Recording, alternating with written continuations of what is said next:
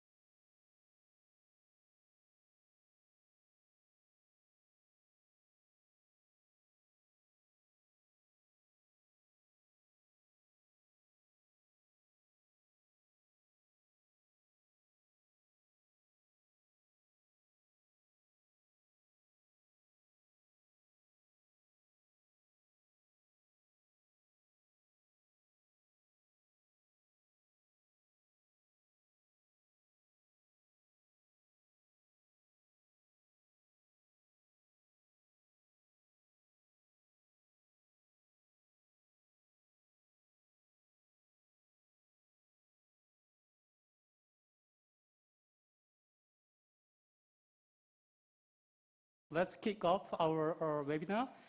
From now on, we will officially begin the fifth webinar of second AIWW on air. I'm Yong-Han Kim, Planning Director of AWC and Senior Manager of K-Water. It's very pleasure to meet you all. Today's webinar theme is water and ecosystem. As you see on the screen, we have our session will begin with introduction, opening remarks, and then 3 presenters, and then we will have a discussion with the theme, water and ecosystem. And then we will give you explanation about the next webinar, and then closing remarks. And please remember that we will have our commemorating photos at the end of the event. So to welcome our participants, K-Water Vice President Dr. Kyung-hee Lee will deliver opening remarks. She is very specialized in water and environmental sectors in K-Water. She accumulated more than 30 years experience in K-Water, and she was former General Director of Yangzi office and Hangang Weir office, and she has a lot of experiences in this area. Please welcome him with a big round of applause. Good afternoon. I'm Yangzi Lee, the Vice President and Chief Management Officer of K-Water's Environmental Management Division. I would like to take this opportunity to extend my sincere appreciation to all of you who have joined the 5th AIWW on-air webinar. My appreciation further goes to Dr. Shahbaz Khan, the Director of UNESCO Cluster Office in Beijing, Ms. Nita Pokwell, Chief of the Water Section Group at ADB, Ms. Eun-kyung Kim, Audit and Inspection Officer at the Ministry of Environment, Republic of Korea, and Mr. Riswanto Rossi, Sub-Coordinator at GNKPA Indonesia. Today's theme is water and ecosystems. Without a doubt, the sustainable development of water and environment has become one of the essential aspects in water management. In response to climate change, it is necessary to safely manage river basin and improve aquatic ecosystems in terms of water security and human well-being. In further calls for policy changes to strengthen efficient water quality management and ecosystem conservation through cooperation among various stakeholders. In this backdrop, the Korea government unified the national water management system that was previously fragmented among various ministries in 2018. The responsibilities of the unified integrated structure is centralized with the Ministry of Environment as the single authority. Moreover, Korea is utilizing IoT-based integrated monitoring systems for water quality and quantity using drone and satellite for real-time water quality management, nature-based solution in order to improve water and ecosystems, and fortified management of pollution sources. K-Water, as Korea's representative water service company, provide comprehensive water environment management system for the entire water cycle and plays a pivotal role. I hope today's session provides an opportunity to recognize the importance of efficiency policy implementation and water governance for water and ecosystem protection, and further generate fruitful discussion between global water management companies and experts by sharing your opinions and experiences in order to strengthen climate resilience and water security. I would like to express my appreciation once again to the organizers and participants for your valuable contribution to today's session. Thank you. Thank you, Vice President Lee, for your insightful remarks. Now we will move on to our panel presentation and panel discussion. Before we move on, I'd like to kindly request to all the participants, if possible, turn on your video so we can show your face, like face-to-face. So from now on, I'd like to invite our moderator, Dr. Shahbaz Khan. He is a director at UNESCO Cluster Office in Beijing. He was a former chief of water and sustainable development sections and at UNESCO headquarters. And then he has expertise in science, capacity building, and policy advices. He is a key coordinated programs of water education for sustainable development and hydrology for environment, etc. So, Dr. Shahbaz Khan, please take the floor. Thank you very much, Dr. Kim. It's really a wonderful opportunity. I first of all would like to congratulate Asia Water Council for this very important number 5 webinar on water and ecosystems. And I welcome all colleagues who have joined and our very special speakers. I would just like to remind colleagues that this is a very important theme under the work of Asia Water Council. And of course, there are champions like UNESCO, IWRA, GNKPA Indonesia. We will hear from them as well. And we are dealing with a very holistic approach on catchment and biodiversity protection, managing hydrology and environmental flows, nature-based solutions, which we will be hearing very shortly, and resilient human settlements, also very importantly, ecosystem services, and how do we engage with stakeholders and water quality guidelines. So it has been mentioned by Dr. Lee as well, the very important issues in Asia Pacific and very important also for the Republic of Korea. So with that very brief introduction, I would like to introduce our very special speakers here because we have limited time. We have around 10 minutes each for each one of the three very important presenters. I request all audience kindly take notes and kindly please put your questions in the chat box. I will be periodically looking into it. So the structure is we are going to have 10 minutes, 3 presentations. Then we will have a short time for answering questions and getting your ideas. So without further ado, let me introduce Ms. Nita Pokral. She is from Asian Development Bank, and she's the Chief of Water Sector Group. So ADB is doing a great job in water management in Asia Pacific, and she is responsible for a very important group within the ADB, the Water Sector Group, within the context of the sustainable development and climate change. So this is a very important link also with stakeholders throughout the region and the member states in Asia Pacific. She has wonderful experience, including engineering in water utilities in NGO, as well as she has been responsible for planning, design, construction of large-scale water and infrastructure projects. So she's going to talk about nature-based solutions. So I invite our dear colleague, Dr. Nita, over to you for your 10 minutes for us to hear from you what is happening in this very big area of nature-based solution and ecosystem services. Thank you, Mr. Khan, and thank you very much, organizers. I hope you can hear me clearly. Yes, wonderful, excellent. Thank you, greetings. And on behalf of Asian Development Bank, it is my pleasure to be here. Thank you for inviting us. Next slide, please. Okay, thank you. ADB Strategy 2030 reflects our vision of a prosperous, inclusive, resilient, and sustainable Asia and the Pacific. And water security and resilience is fundamental to achieving our vision. Therefore, we have embedded and articulated water as a cross-cutting theme and a sector across all our 7 priorities that you see here on the slide of our Strategy 2030.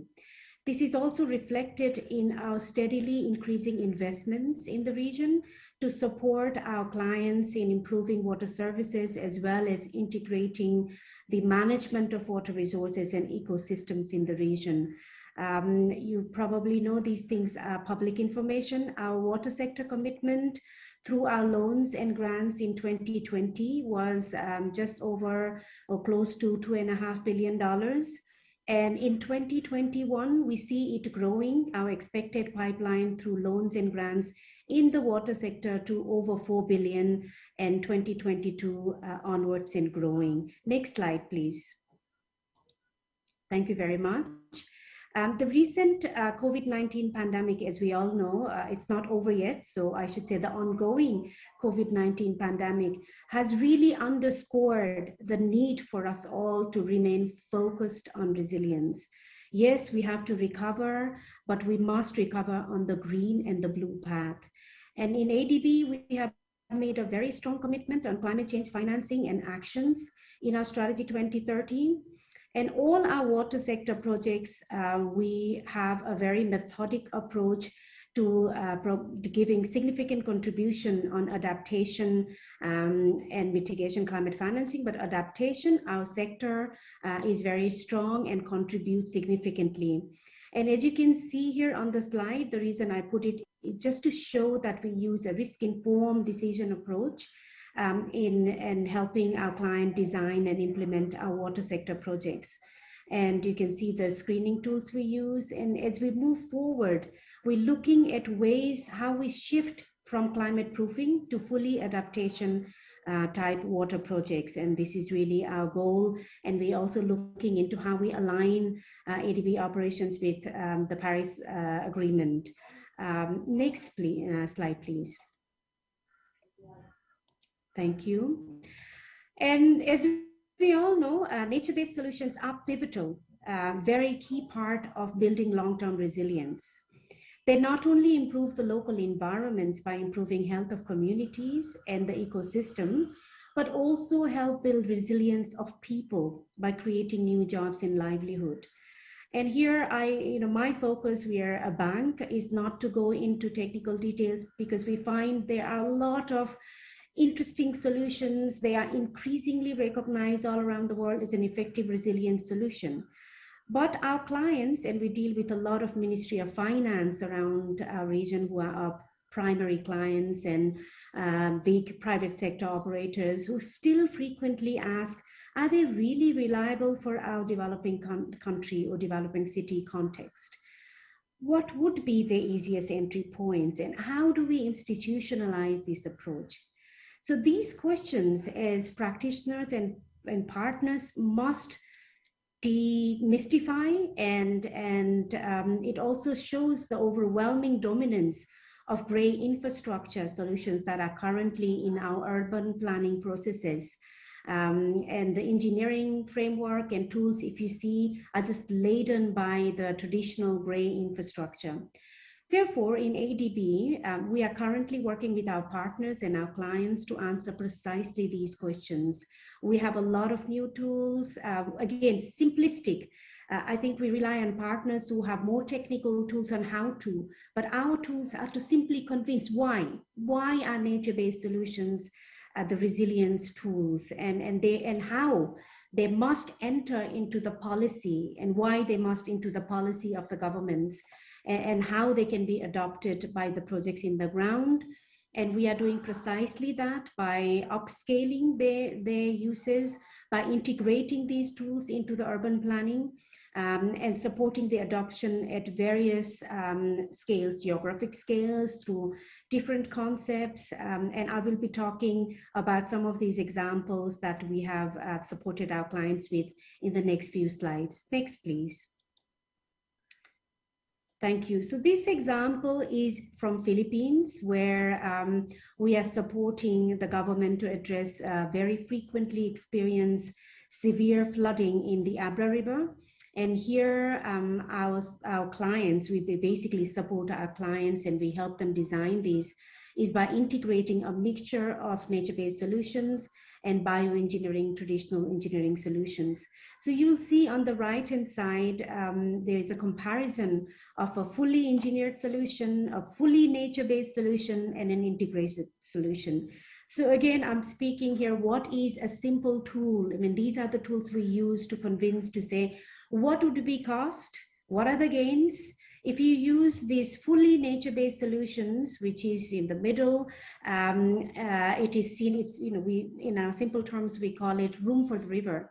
They are ideal in areas where you can, you have land, unlimited land, and there's no land pressure, but these are not the context for us in Asia. And on the top is a fully engineered solution. So you show it to the decision makers to say, here it is expensive, it protects well, it allows land use, but if breach, then the flooding is extensive. And also with this solution, the entire river needs to be protected. And of course, the problems are then transferred downstream with more intensive flood risks in the future. So these tools then helped us, this comparative decision-making helped the government in this case to take an integrated approach where the two were combined, and thus the floodplain uses is still allowed while you're using the natural solution and the dissipation approaches. This project also used the community-based flood risk management approach, which in our context in Asia, of very low capacity of human resources and financial resources, is a very sustainable and important tool. Next, please. Thank you. So this next example is from PRC of our Zilin Yangzi low carbon climate resilient healthy city project. It again uses multiple nature-based solution and mixture of engineering and nature-based solutions.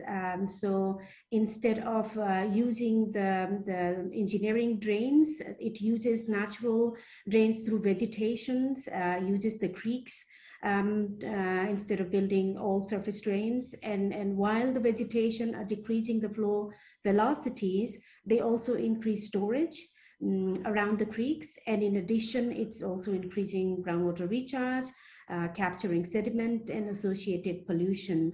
The creek is draining into the Bor Hatong River, where again we are using multiple integrated water resource management approaches and tools to reduce the flood risks further.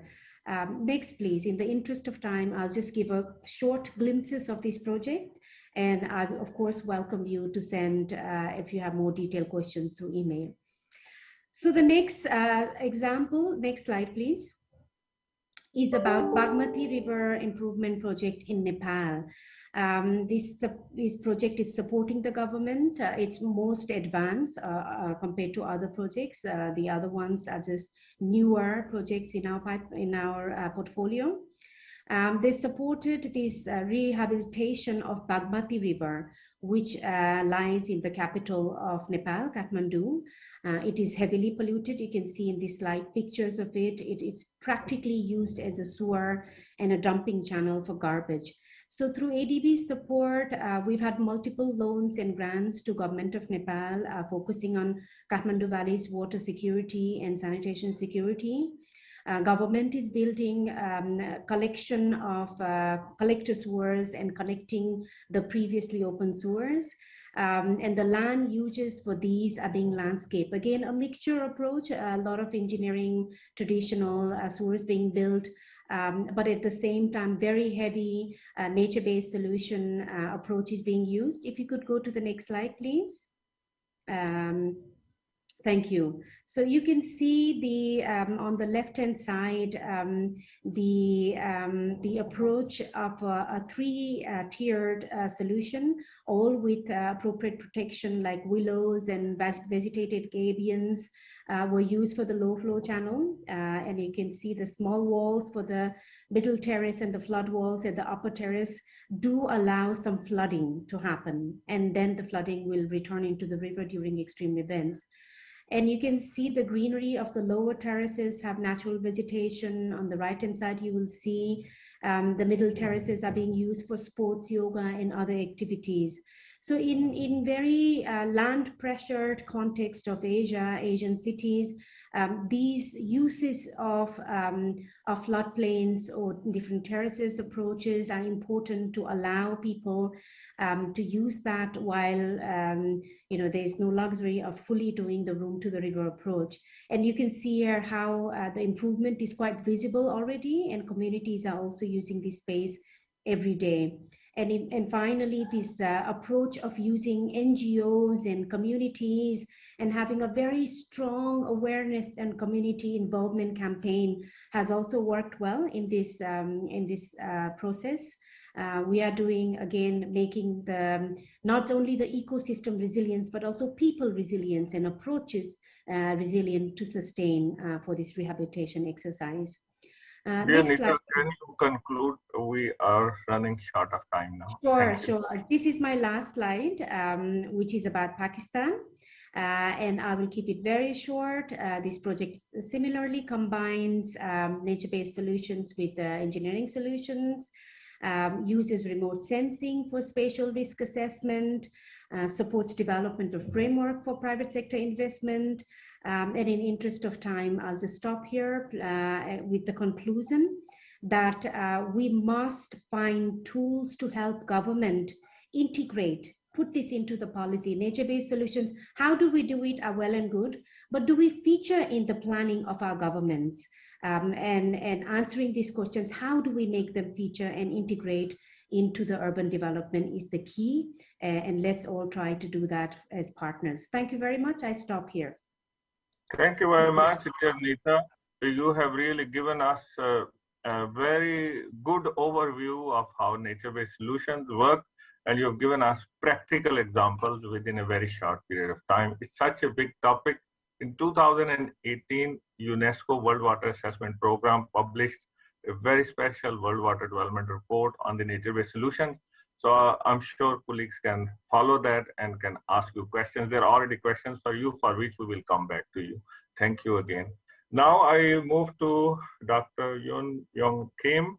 She's a director of the Ministry of Environment, of course, in the Republic of Korea.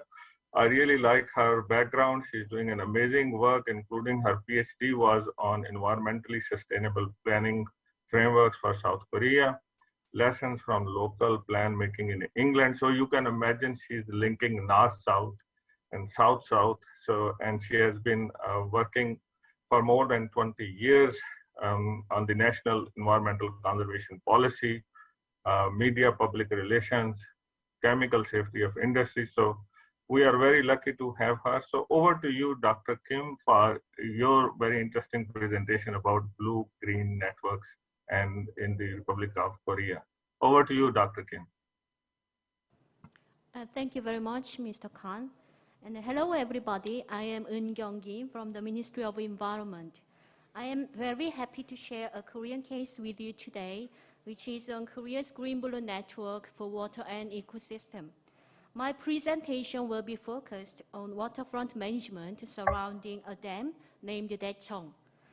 Firstly, I will give you some background information on our policy framework and then limits and policy needs we have faced. Following this, I will briefly show our vision and strategies for better waterfront management and MBS-based management. After a brief explanation of a case under district, I will lastly present outcomes we expect from this better management. Next slide, please. Thank you. And in terms of waterfront management, we have two management frameworks. One is involving general administration, the other is on dam and floodplain areas. The Ministry of Environment, MOE, buys land in a buffer strip within 1 kilometer from the boundary of rivers and lakes and builds an eco-belt. On the other hand, dam and floodplain areas since 1996 have been managed by dam operators such as K-Water. K-Water's responsibility includes giving permissions to water resource users and managing land near dams and reservoirs. As you can see, we have a sort of green area, the waterfront eco-belt, and a blue area, water in the dam. Our challenge is to establish a network between these two areas. In other words, we believe that designing a strategic waterfront management plan is necessary to utilize dam areas as a waterfront buffer zone by connecting with an eco-belt. Next slide, please. Let me briefly explain the current management status of Gun River, where Daecheong Dam is located. The land area that the MOE has bought is quite sporadic, far from each other, here and there, not connected to each other. You can easily see this situation in the picture on the left, where red color shows purchased land areas.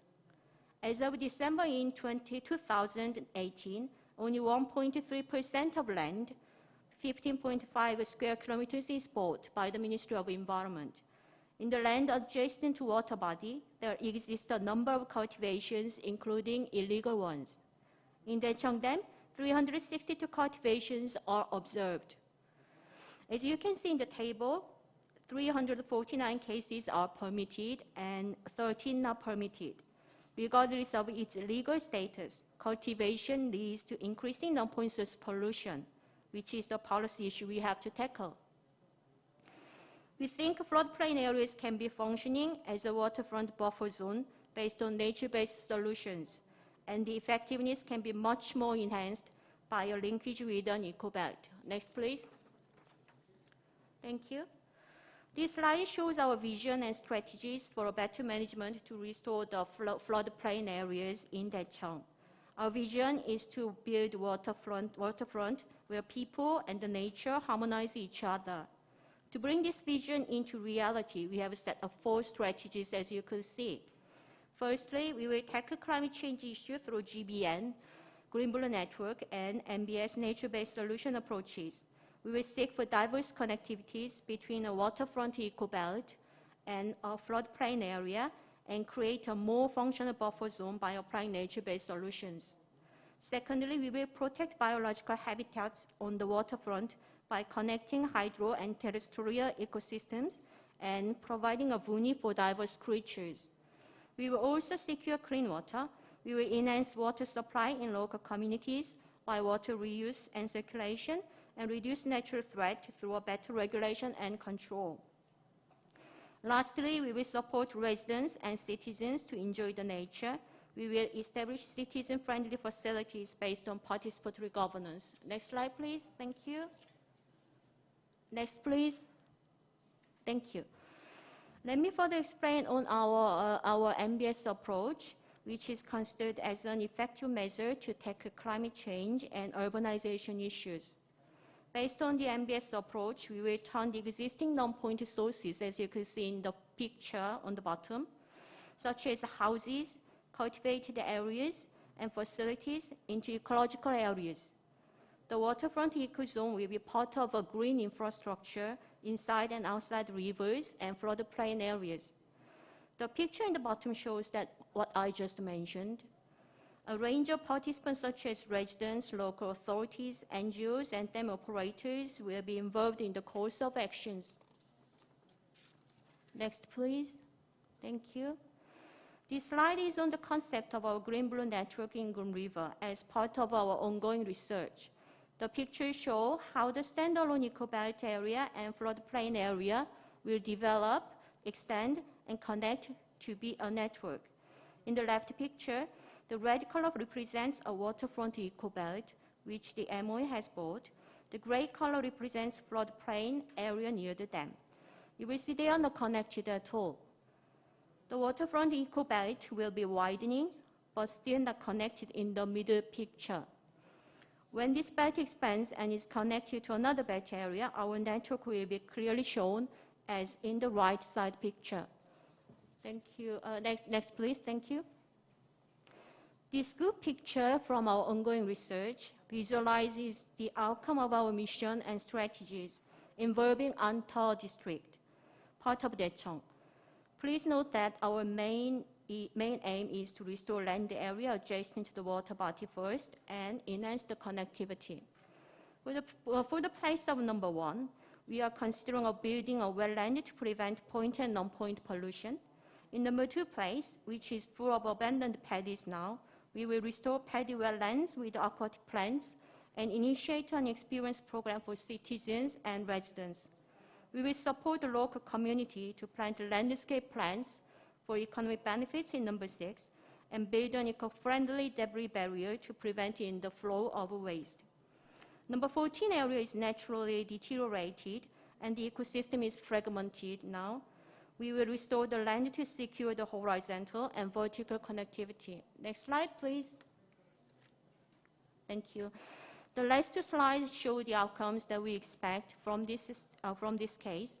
We expect a synergy by creating a Green-Blue network in the dam area. Firstly, we believe that water quality can be improved by filtering excess nutrients, sediments, and pollutants.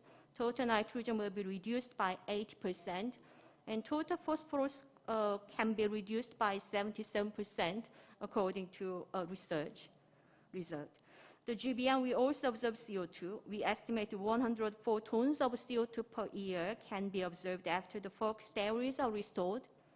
Besides, 139 tons of CO2 per year can be reduced after the whole floodplain area is restored. We expect biodiversity to improve as well by establishing GBN in the river basin. The network will contribute to enhancing wildlife habitats and hideouts and connecting fragmented habitats. Finally, it is expected to raise environmental and ecological values and function as a waterfront landmark in the local areas. This will in turn increase the local community's income. Next slide, please. Thank you. Among outcomes that we expect, there is a better performance of other diverse environmental policies we seek for. Our GBN policy can be connected Korea, connected to Korea Forest Services programs, such as Forest Carbon Offset Scheme, which will significantly contribute to the delivery of Korea's carbon neutrality policy. It will also reflect on our National Water Management Plan, Natural River Restoration Plan, Integrated Water Management Plan, etc. We will keep analyzing and conducting research for creating riparian buffer zones involving our 4 major rivers based on the GBN project.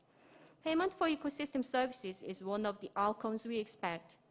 Based on the resident-led community governance, we will propel community support programs to create economic benefits. We are also considering to run ecological conservation programs on the waterfront and in the floodplain areas. Next, please. Thank you. And this is the end of my presentation. Thank you for your listening. Thank you. Thank you very much, Dr. Kim, for excellent timing and for bringing so much information into your very rich presentation. And for me, a very important take-home message from your presentation is we need to think of benefits beyond water and beyond biodiversity. You have given us many of those ideas, and also the ecosystem services and how we will be able to charge for them. That would be something very interesting. So let's take the next presentation before we enter into questions and answers. So our next presenter is from Indonesia, Mr. Riswanto Rosi. He is with the National Movement of Water Conservation Partnership with the Ministry of Public Works and Public Housing. And he's doing an excellent job on coordination with the Ministry of Public Works and Housing. And he has been a very proactive member dealing with quantity and quality of water. So over to you, Pa Rosi. Okay, thank you, Mr. Khan. Good afternoon, everyone. My name is Rosi from Ministry of Public Works and Housing. We will share our experiences and program that we are working on related to catchment management by the community to maintain inflow in protecting biodiversity. Next, please. In this presentation, we will present 3 topics. First, about the challenges from the problem we are facing on. Second one is the concept that we will be worked on by the community. And the last is about a program that is being working on. Next slide, please. Okay, so what are the challenges we are faced now? Next. As we know, there are 3 problems. Number 1 is too many, too little, and too dirty. There are so many incidents such as flood and landslide at 2020 in Indonesia. So what is really happened with our catchment? Next slide, please. So let's look in more detail for the island of Java. In period 2011 until 2019, there was a reduction in land cover from 3.2 million hectares to 2.85 million hectares. From the forest become a settlement and plantation. Next slide, please. So what will happen in our reservoir? As you see, the sedimentation is increasing, especially in Central Java. Namely in Cimanu Cisanggarung, Serayu Opak, and Pemali Juwana. Next slide, please. Now we take a more detailed look at the land cover at one of the reservoir. Let's say Cengklik. There is a reduction in water body, and there is increasing sedimentation in the reservoir, which is result in new land from 12 hectare become 55 hectare from 29 to 2019. 10 years. Okay, next. In general, the problem facing the Cengklik reservoir are sedimentation, and also there are so many fish spawn in the water at the water body. Next slide, please. And what are we going to do? What action to be taken? Next slide, please. We all realize that the land is not entirely owned by the government. So one of the concepts we are implementing is a green economy strategy, so that the community is interested in running this program. We are looking for a new balance between conservation and the economy. Next slide, please. Catchment management, as part of the management of the river basin, we connect with conservation, mitigation, pollution reduction that will be done by the community. Of course, that provide benefit for the community. Next slide, please. Okay, one aspect is sediment mitigation. How do the main stakeholder? We have two main stakeholders here. There are the government and also the community. How they are agree on the risks to be faced in the management of the reservoir. After that, the task of the government is to analyze the sedimentation rate of the program proposed by the community. This is a cyclus. We need to reanalyze again from the program that community asked to the government. This process took quite a long time to reach agreement between the government and the community. Okay, next slide, please. After agree, how is the sustainability program? Of course, the initial stage of the government task is to provide a stimulus program so that the program could be run. Next slide, please. The implementation of this activity require a long time and needs a serious and also a continuity. The initial stage is socialization and education to find out what is the community wants, what is the community needs. Next is transition period to change the land cover from the existing into the final stage. And it is the community, and the final stage is how the community is independent. Next slide, please. So the output from forming the community are first movement, second one is aware, care, self, and then self-manage, sustainable, green economic practice, and the most important thing are realistic output. Next slide, please. This is an example of wetland activities in the Gintung Reservoir for ecotourism, because one of the problem in Gintung Reservoir is water pollutant. Next slide, please. Okay, in general, we need information system. How we monitorize what the plant are already planted, and how about the condition right now. And this is the system we need to assist how the program is successful or not. Next slide, please. I think this is the detail of the information system. Okay, next slide, please. Okay, this is the action of the Gintung Reservoir, in Cengklik Reservoir, I mean. Next slide, please. Okay, this is the ongoing program from 2021 until 2023. Next slide. So the community was involved from the start. From I think we need to make some ecotourism so the community could give a benefit from the facility that government built. Next slide, please. So this is take and give from the government to the community. Next slide, please. Okay, this is the other project from government for the community. Next. Okay, this is the same project at another reservoir. This is at Cacabandam. Next.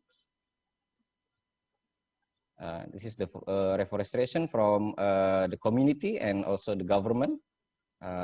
This is the joint collaboration program between government and the community. Next slide, please. My closing remark is please take care our catchment with economic approach, or let's say take and give program, so the community will be able to survive and the program will continue and sustainable. Thank you. Back to you, Mr. Khan. Thank you very much, Parosi. It's so nice to listen to you and the catchment-based approach and involvement of communities. So very, very important for water and ecosystems. Dear colleagues, my internet is playing a little bit today. If I get into trouble, I will request Mr. Kim to take over, but I will continue. So now we have time for questions and answers. We have roughly around 10 to 12 minutes, so not a lot of time. I see many questions have been raised in the chat box. I request colleagues to turn off their mic so that, dear colleagues from Indonesia, please turn off your mic. Thank you. Terima kasih, please turn off your mic. Okay, so let's start with Nita. Dear Nita, you have given us excellent ideas about nature-based solutions and small and medium and large projects. So one of the hard areas is about public-private investments. What do you think is the scope of public-private investments into nature-based solutions? Hello, Nita. Thank you, Mr. Khan. This is a very interesting question. We are struggling to bring private sector not just into nature-based solutions, but all solutions in Asia. But nature-based solutions, where we see we ourselves are struggling is we don't quantify benefits. When you look at cost-benefit analysis, you're just looking at X dollars, and that will give you this sort of benefit, and this sort of, in our financing structure, we need to re-look at what we're going to do, how we value nature. And for that, I think for governments to provide the risk buffering when it comes to valuing nature through regulatory measures, when you are trying to incentivize, or when you're trying to penalize, some regulatory structures to be there to again make sure that we value that groundwater resources. When you use it, you must pay for it. Cost-benefit analysis, the real cost is this.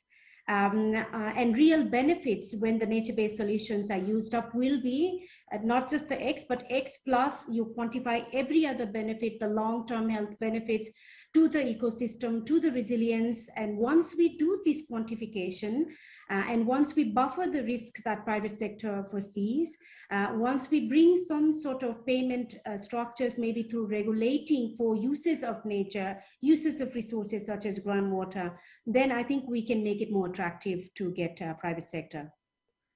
Thank you very much. It's very clear. We need to understand the cost benefits.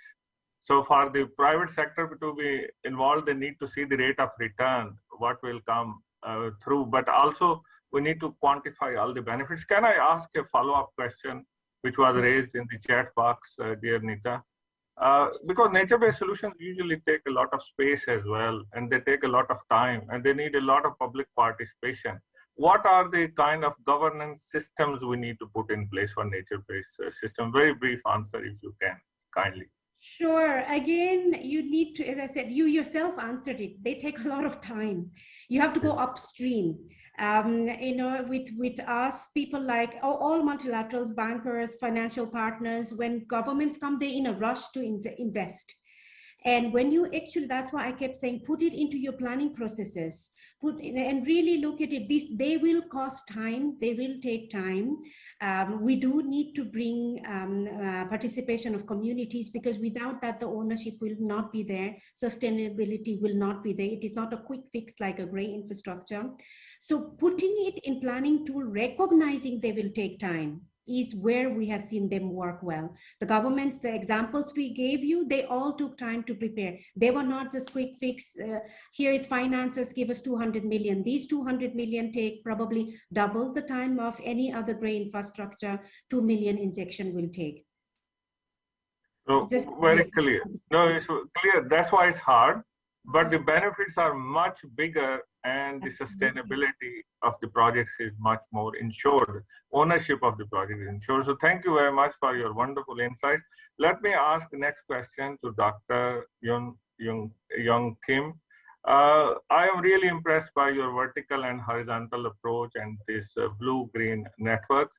One of the benefits of these networks, Dr. Kim, is that we will see improvement of the ecosystems.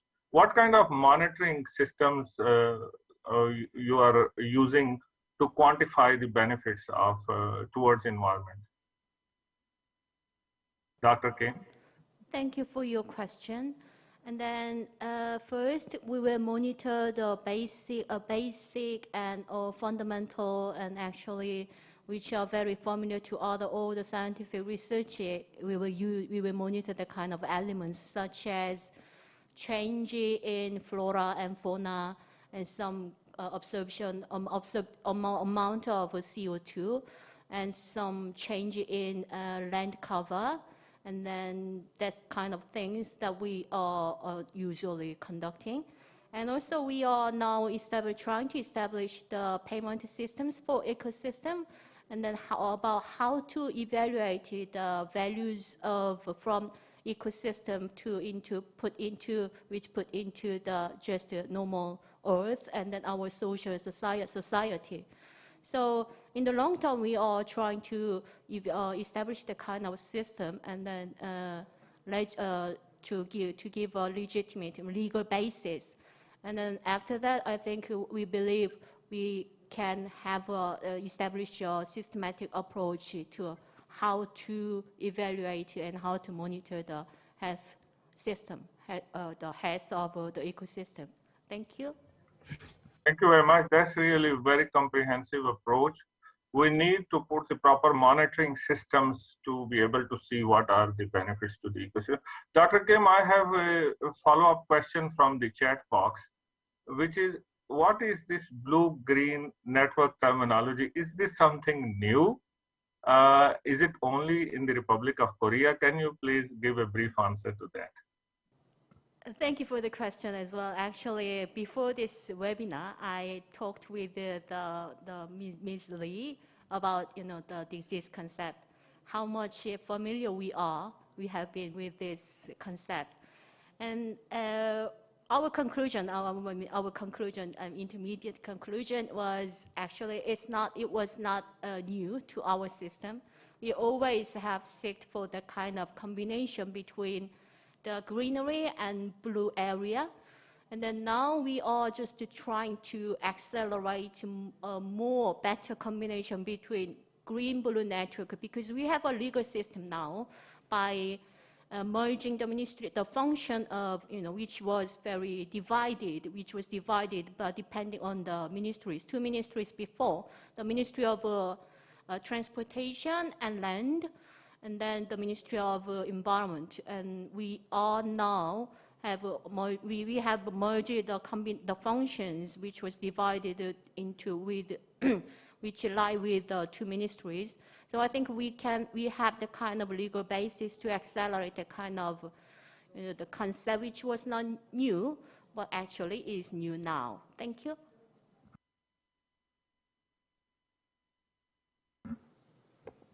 Mr. Sawaj-Khan?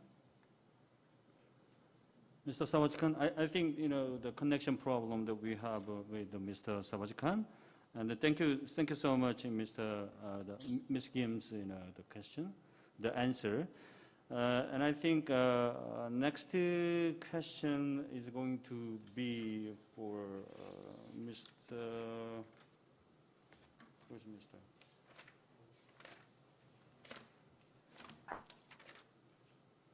Mr. Rizwan Rozi, and I think the moderator has the question for him. Mr. Yongwan, could you? Yeah, right now we have some connection problem, and before attending Mr. Sawaj-Khan, I'm gonna presenting a little bit of information of the second AIWW. The second AIWW will be held in the Labuan Bajo, Indonesia, this year, November 3 to 6. And they are composing the main pillar. The first one is, as we discussed in this water issue that will be covered. And the second one, we're going to discuss statement. And the statement composed of three parts. The one is from the parliament level and the ministry level. And lastly, the AWC, the specialists will be joined together. And lastly, they will have a water project business forum. At the time, the Indonesian side, okay. Okay, I find the questions from the moderator. So the next question for the last presenter, this one to Lucy, is like this. Question is data Dr. analysis. I'm back. Okay, Savajika. On timing. Okay. All right. Thank you very much. Where were you? You are the moderator. Okay. So, dear Parosi, I was in Indonesia only recently. You know, I am in quarantine in China. I was director for the Jakarta office there and for Asia Pacific. I really like your presentation. I know the issues of the reservoir and sedimentation and those challenges what Pehu is trying to deal with. You have shown us how you develop a strategy, right? And in that you have mentioned it's very hard. But normally people don't believe in data also. So data analysis, alternate strategies, everyone must be engaged and involved.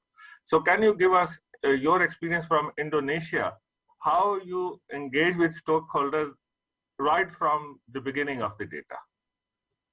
Okay. From our experience that community was involved from the start, from the beginning. So first step we need to know is what they want, what they need. And then the government side need to conduct a reanalysis to get an agreement on the program to be worked on. So I think it is very simple, but in practical, it is very hard to do. But I think that is our strategy, how this program could be done. Thank you, Mr. Khan. Okay, I have a follow-up question, Rosie. I'm not going to let you go easily because I link with you. Indonesia is such a big country, 260 million people.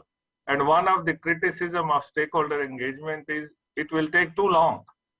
So, yeah, like, you know, Jakarta population is one of the mega cities of the world and its catchments are huge. So how do you make sure that all those stakeholders who need to be engaged, we engage with them? Are there special strategies with the Ministry of Public Works? Okay, of course, we need to know what they want, what they need. But as you know, that government is a lot of job to do. Then first we need to find out is a facilitator. Facilitator is how we need them to conduct between the government wants and the community wants. I think this is the process that needs a lot of discussion, a lot of reanalysis, how we deal about the risks, about how we replanting of the catchment area, and then what we'll do, what will happen for the next year, 2 years, 3 years. But at least we need to know what they want, what they need, and then we will say to them that if you want this, then this will happen for the next 5 years, 7 years. I think the process need to take a long time to reanalyze this by, let's say, using sediment delivery ratio, water pollution control, and another method. I think that is our job in government to make education to all the stakeholders. Thank you. Rosie is facilitator from the government or from the public? From the public works, from the government. I'm from Pehu. From Pehu. Okay. Pehu. Yeah, thank you very much. My office was very close to you, by the way, in Senopati. So, okay. So nice to meet you. So okay, we have these excellent 3 presentations. That's all the time we have. And for the discussion, I will try to summarize very, very quickly. This area is very important for Asia Water Council and of course for Asia. With more than 60% of world population, ecosystems are degraded. Both surface and groundwater, we have major issues in the cities as well as in rural areas with all parts of society and very important areas of agriculture, river management, areas related to reservoir management, areas related to groundwater management. So that's where we need to think about holistic solutions, which can take long, as Dr. Nita has mentioned to us. They need large areas. They need to be considered appropriate for scale, small, medium, and bigger areas. There is a lot of work which is needed for quantification of benefits. And that can help us move towards better public-private partnerships. Also, I'm very delighted to know about this blue-green network in Republic of Korea. Dr. Kim has really given us excellent examples of vertical and horizontal integration, and also quantification of benefits and the monitoring systems which are needed and ecosystem services.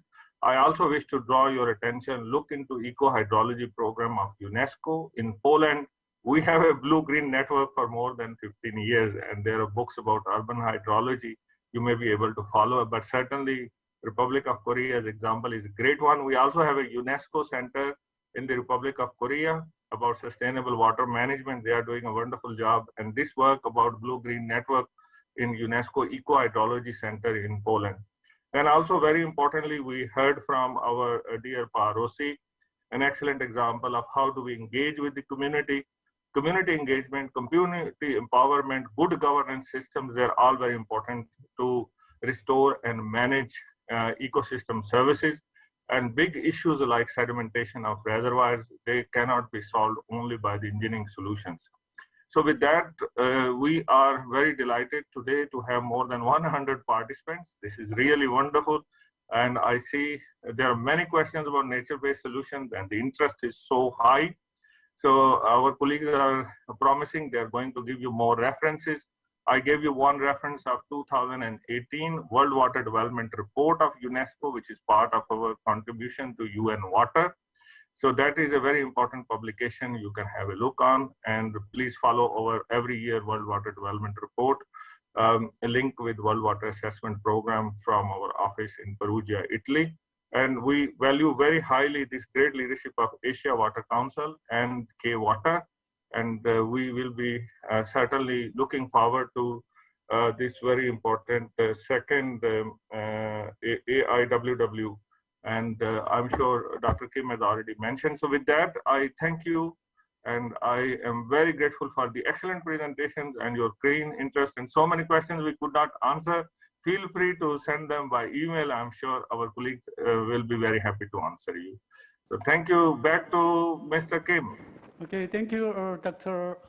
Khan and the presenters. It was very excellent discussions and presentations. All the materials are already uploaded in the chat rooms, so all the participants can download today's presentation material. And then I think it was very helpful. It should be helpful for further understanding in water and ecosystem and envisioning our upcoming event in November which was briefly introduced by Dr. Zhou. So now I'd like to introduce the next webinar that will happen in June 10th, our last webinar. So the theme will be knowledge dissemination and innovation, and we will invite Bindu Lohani and Nidar Salim from GIBIT, and a presenter from K-Water Academy, and the two shooting English from IWI. So to conclude today's event, I would like to invite again K-Water Vice President Dr. Kyung-hee Lee. She will deliver her closing remarks. Allow me to express my sincere gratitude to all participants for sharing your expertise with us today in the fifth webinar, Water and Ecosystem. Clean drinking water and aquatic environments are essential for the health, prosperity, and security of humanity.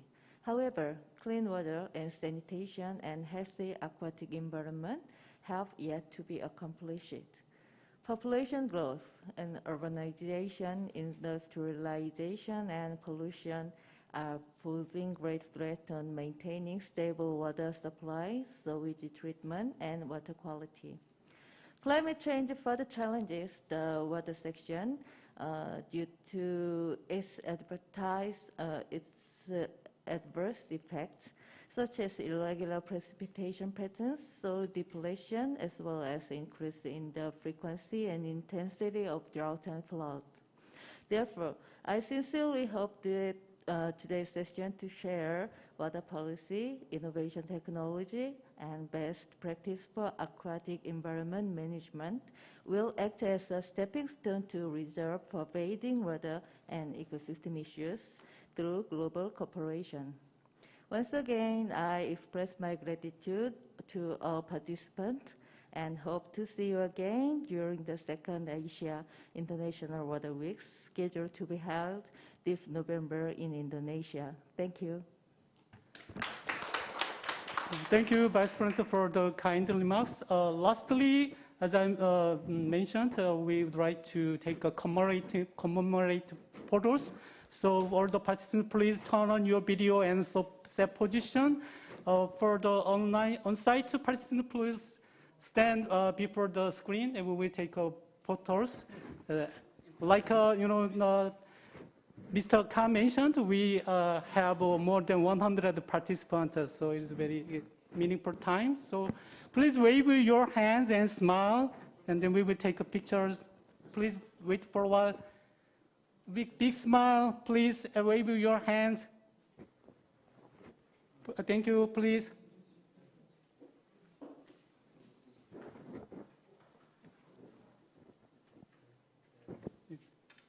Okay, one.